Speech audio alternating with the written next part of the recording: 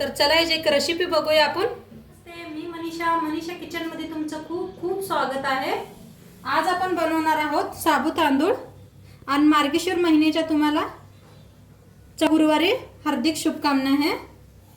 तर आज मार्गशीर्ष गुरुवारसाठी मी तुम्हाला साबू तांदूळ बनवून दाखवते बघा। तर त्यासाठी मी साबू तांदूळ भिजू घालून घेतले, एक 4-5 तास भिजू घातले होते। छान असे मस्त भिजले बघा साबू तांदूळ। आणि शेंगदाणा भाजून घेतलेला आहे आणि हिरव्या मिरच्या घेतल्या त्या। तर आपण बारीक करून घेऊया। स्वच्छ धुवून अशा 10-12 मिरच्या घेतल्या त्या बघा, त्याला आपण बारीक करून घेऊया। पहिलं करून घेतले ते छान मिरच्या। आता आपण शेंगदाणा बारीक करून घेऊया ह्याच्यातच बघा। असं शेंगदाणे एकदम बारीक होतात ह्याच्यात मस्त। तुमच्याकडे ही नसेल तर मिक्सरला लावून घेऊ शकताय तुम्ही शेंगदाणा। आता ठेवल्या बघा गॅसवर कढाई, त्याच्यात घालूया तूप। तुम्ही करू शकता, मी तुपात कर लागले। जसं गरम व्हायला लागले, खूप चांगलं तापले आपलं। त्याच्यात आता मिरची आपण बारीक करून घेतलेली घालून घेऊया।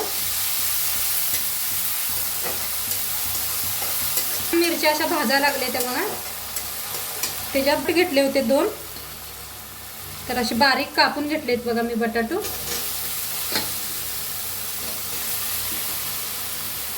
वरचे छान काढून बटाटो कापून घेतले, ते कच्ची बटाटे आहेत, ते शिजवून घेतलेले नव्हते।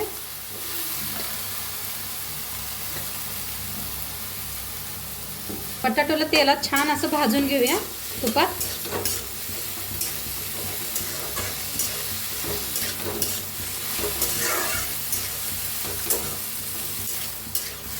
बटाटो चांगलं लवकर भाजा म्हणून ह्याच्यात टाकायचं मीठ।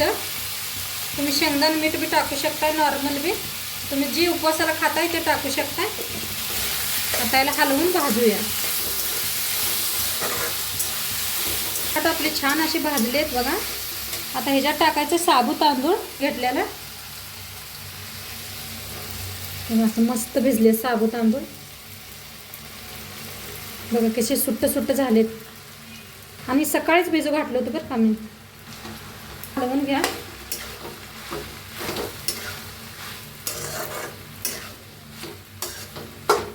असं भाजून घ्यायचं हलवूनच।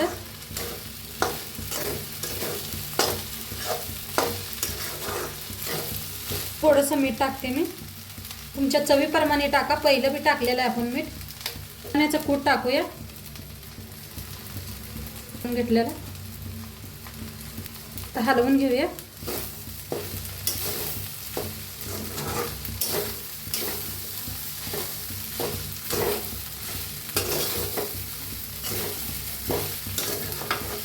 असं हलवून का नाही चांगलं भाजून घ्यायचं, म्हणजे खाली बी चिटकत नाही।